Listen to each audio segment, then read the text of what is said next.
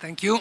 Indeed, opening up a market to procurement markets to foreign competition is a very important tool for fighting collusion. As for open government, I agree with you. However, very often, open government is just a way, it's just a objective, but then administrations really try to comply with the objective in a very bureaucratic way and provide information which is completely unusable.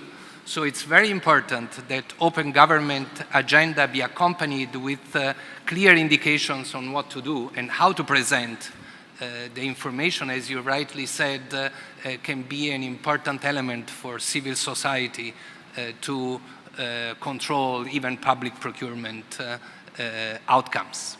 Now, I'd like to open the floor for questions. Please, if you could say your name and affiliation. Hi, I'm Aris Georgopoulos from the University of Nottingham. I have two questions for Ariane and one for Tina. First of all, with regards to your ABA method, surely that is based on the assumption that there is no collusion, right? Because if there is collusion, perhaps the index that the other firm will put forward would be aimed to strengthen the collusion that pre-exists. And if there isn't a collusion, I'm wondering to what extent the adaptation as a result of the system would not lead to collusion or incentivize collusion. That's the question for you. And for Tina, you mentioned that obviously the important thing is for the various agencies to start working with each other, and we would like to see that. But I'm wondering to what extent in your analysis you factor in what we could say from the point of view of institutional studies, the competing, not mandates necessarily, because you said that quite often agencies have very strict mandates, very, very specific mandates, but the competition with regards of the allocated time and priorities, right? If there is, for example, an agency of competition that starts a collusion process, and if they manage to get the bad guys, they will get the benefit. What is the incentive for the procurement agency and their CEO to really help to that? And perhaps, get the moral victory, but not necessarily a very clear output from their end. Thank you. Thank you very much. Paolo Bucci-Rossi Lear. I have a comment. I'm a little bit concerned about debarment against cartelists, because many times a cartel involves all the players, or a very large fraction of the players in the market. And if you debar all of them, then the contracting authority will have no suppliers. So they will have no incentive to come up with the information about the cartel in the first place, because they don't want to be in that situation. So I'm wondering whether we really need to go from nothing to everything. I mean, instead of debarring firms, we may penalize them by saying, that the price they offer will be paid, I don't know, 10% less, so that if everybody is caught in the cartel, so nothing really change. But if the cartel is only partial, some firms will have an advantage over the cartelists, at least for some time. No, let's wait. So a little comment about Georgia, and because particularly you are saying that you have to balance transparency and competition. Yet you say, but at the end of the day, what we care is about transparency. And I take it, it's a fair point, but also if I connect it to the presentation of Tina, in the context of Georgia, interestingly, there is a lot of transparency in public procurement, that's true, but then there were other entry barriers that were created through qualification certification. And actually, the competition law of Georgia that has a specific mandate to address anti-competitive actions of public bodies was acting against this type of barriers and actually sanctioned the, asked the public bodies to get rid of those. And this was the actual game changer, because after these qualification barriers disappear, as per the opinion of the competition authority, there were much more tender participants. So what do you think about this? Wait. Anybody else? Yeah, two more questions, and then you will all answer. Good day. Thank you for presentation. I'm Zhdan Filia from Russia, Moscow Healthcare Department. And just a slight comment to Ms. Nevadomska, I hope I rightly pronounced your name, about e-procurement in Russia. E-procurement implemented, well, for a long time, but as far as you know, Transparency International treat our country as very, very highly corrupted. Still, I can notice that after we involve civil society in some projects to fight corruption in terms of transparency, so every citizen can post information basically on a website, it really helped to discover some specific cases. And I also have a question to Ms. Lambert-Mogilansky. Sorry. As far as I understood your model, you're trying to find one specification detail to make justification from contacting authority, but this kind of pre-designed specification can also occur not only during corruption, but also during incompetence. And I heard from you that you treat corruption and collusion as strategic compliance. I just wanted to ask your opinion, do you treat incompetence as third strategic compliant to them? Thank you. Thank you. My name is Claudio Agostini from University of Ibáñez in Chile.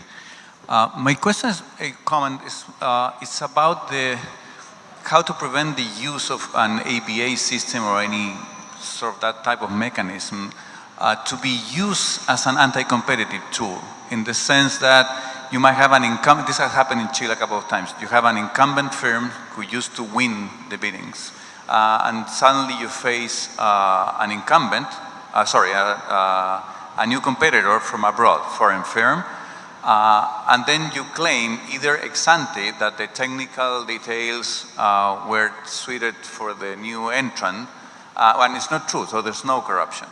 To just want to prevent the entry of a new competitor. Or ex post, after the entrant won the bidding, you claim that there was corruption and you challenge in court. When you have done that many times, you end up creating a reputation of challenging any bidding which you do not win, and you prevent entry eventually. The last question by Gustavo Piga.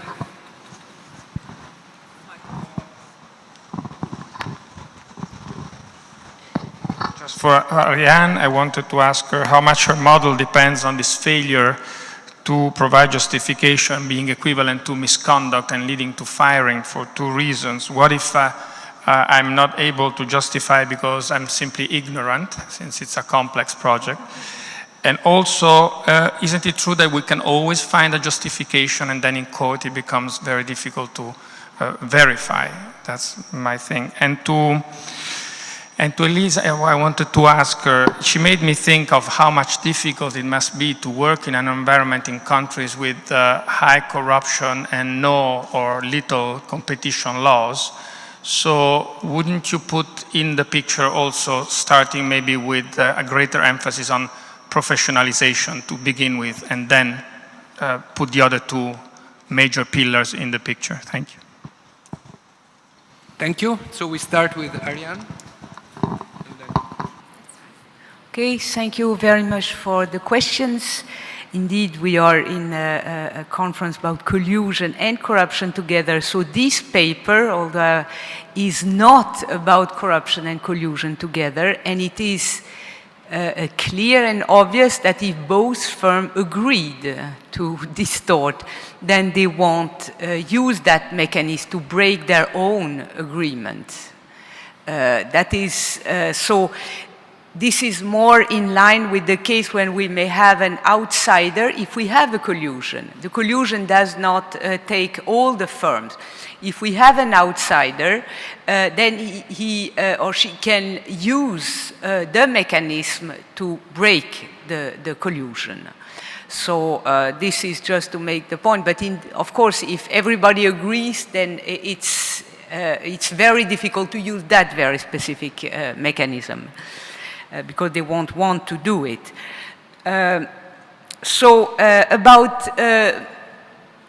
Would that incentivize collusion? That I cannot really see that it could incentivize collusion to have this kind of mechanism. But we have to look more closely. These are very subtle interactions, and so I cannot fully answer to that question. About incompetence and corruption, the idea of the mechanism is that you start by, when you're a procurement official, you do accept. It's like you accept an evaluation, a mode of evaluation. And that is that you agree that if you are incapable of justifying, then you're kind of sanctioned. The problems between incompetence and corruption is very subtle, and many people would just hide behind saying that I didn't know, I didn't understand, just to say that, you know, it was not a favor for him, I just didn't understand that it was not really what was expected.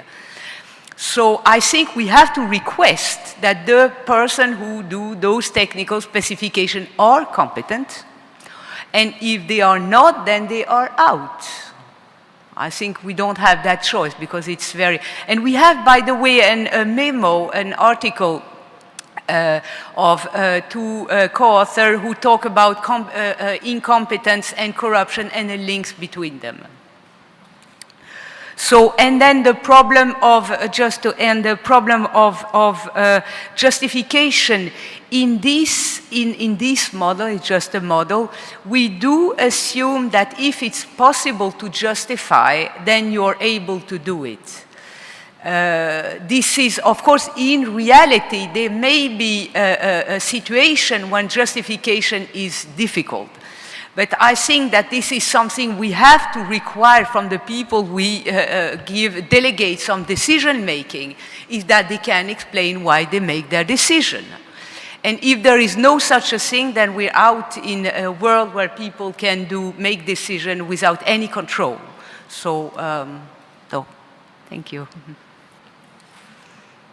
Thank you. Tina?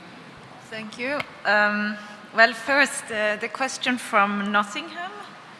I didn't get your name. That was a very good point that you made, that the institutions, with different narrow mandate for some aspect of law enforcement, even if we tell them to operate well together and coordinate and share information, they may not necessarily have the incentive to do so. And one of the reasons why this is a problem is that they need to have a certain level of discretional authority. It's extremely difficult to say exactly what they should do, so they will have the choice. And that is actually one of the reasons why we came to the conclusion that we think it is important to have institutions with a broader mandate, that we have a market protection agency. I'm not sure if competition authorities want that, because, for example, when I have asked competition law investigators, representatives of competition authorities, what do you do if you realize that there's also corruption in the case you are investigating? The answer may be, we don't need to investigate corruption. That's not a part of our mandate. So they don't need to. So I think that is a very important point. To the other topic, what Paolo mentioned about the debarment in public procurement, that is a topic for tomorrow, to the conference tomorrow, and I will talk about it, and I have really loved that as a research topic. I've studied this in law and in economics, and it is fantastic because the rules are really ridiculous. in the sense that public procurement agents who are the ones public procurement agents are the ones who will decide whether there will have to be made an exemption from the debarment rules according to the procurement directive, EU procurement directive. So if corruption is really a problem, the procurement agency may think that, oh, definitely we will make an exemption from the debarment rules, and if procurement is not a problem, then we don't need the debarment rules. So it's it doesn't solve any problem at all. But Paolo's point was that, well, in reality, there are many reasons why debarment doesn't function, but your point was, if it functions, will it not have an anti-competitive effect? And it will. And what I will discuss tomorrow, and I will not say everything, but it is it's actually the point that the debarment rules would work better the fewer companies in the market. So let's get to that story tomorrow. Eventually, I wanted to mention that when it comes to Gustavo's comment on incompetence and Ariane's book chapter, both of them have written excellent book chapters in a book that I have co-edited with Susan Rose Ackerman and Gustavo on public procurement and incompetence, and Ariane's paper where she summarizes the different mechanisms on corruption and collusion. And if any of you want those book chapters, send me an email and I will share them. So that was a marketing of their good work.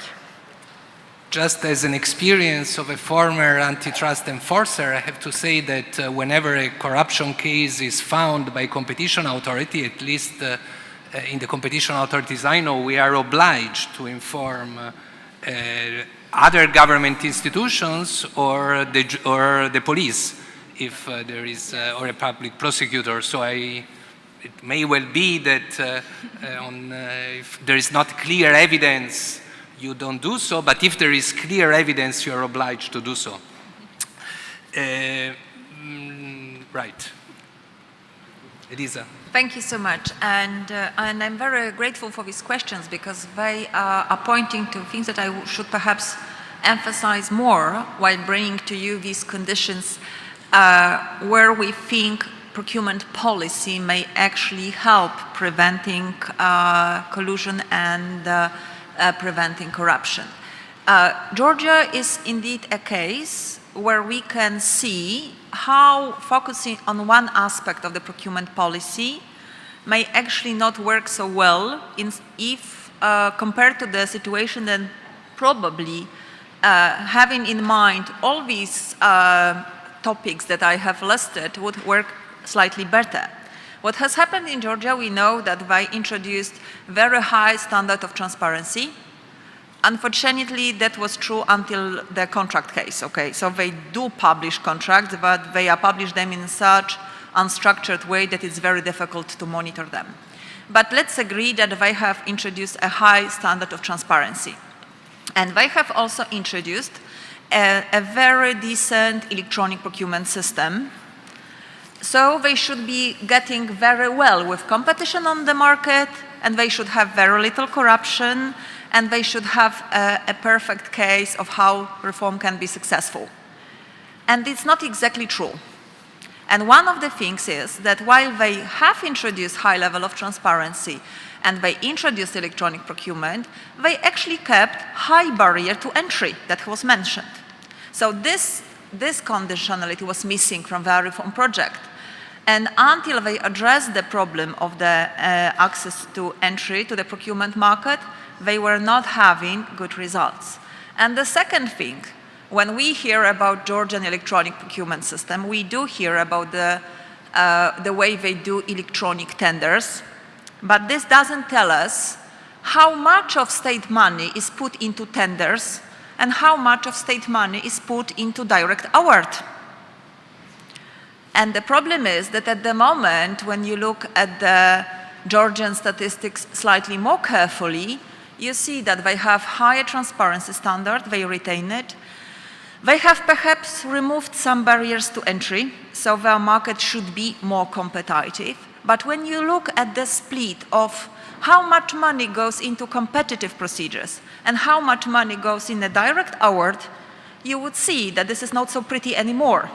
they still spend much more money in direct award than in competitive tenders. So we don't have a perfect case of the reform, because we simply don't.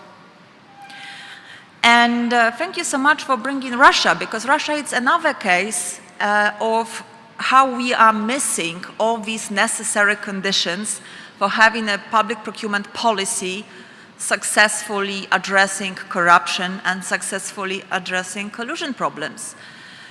We know that Russia has introduced an electronic procurement process, and we know that Russia has introduced civil society access to some information. But when you look at the policy as such and system as such, you will perhaps find that this market is not open. It's a policy for a closed market.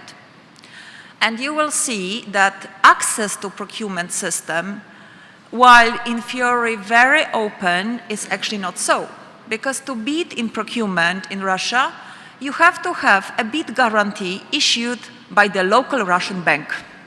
How many international companies can achieve that? Not so many. What is more, to register on public procurement platform in Russia, you have to have the same guarantee from Russian bank. How many international companies can do it? Again, very few. So in case of Russia, we see modernization, yes. Effective use of civil society, perhaps yes. Do we see open market? No. Do we see improved competition? No. So this is the scope of reform that has to be undertaken. And I was very happy to hear that Russian Federation submitted, well, initial market offer to the WTO, because this will give us an exercise of having to see a discussion around market access and opening Russian procurement market to international competition. This still didn't happen. We have seen the first submission this year. We will see how it will work on negotiation levels and how it will work in practice, hopefully soon. Because as you know, China started to negotiate GPA accession perhaps 10 years ago, and we don't see much progress on it, so we can't say how it's going to be the case for Russian accession. Thank you. Thank you very much. This concludes the session. I would like to thank the three presenters. It has been a very interesting discussion.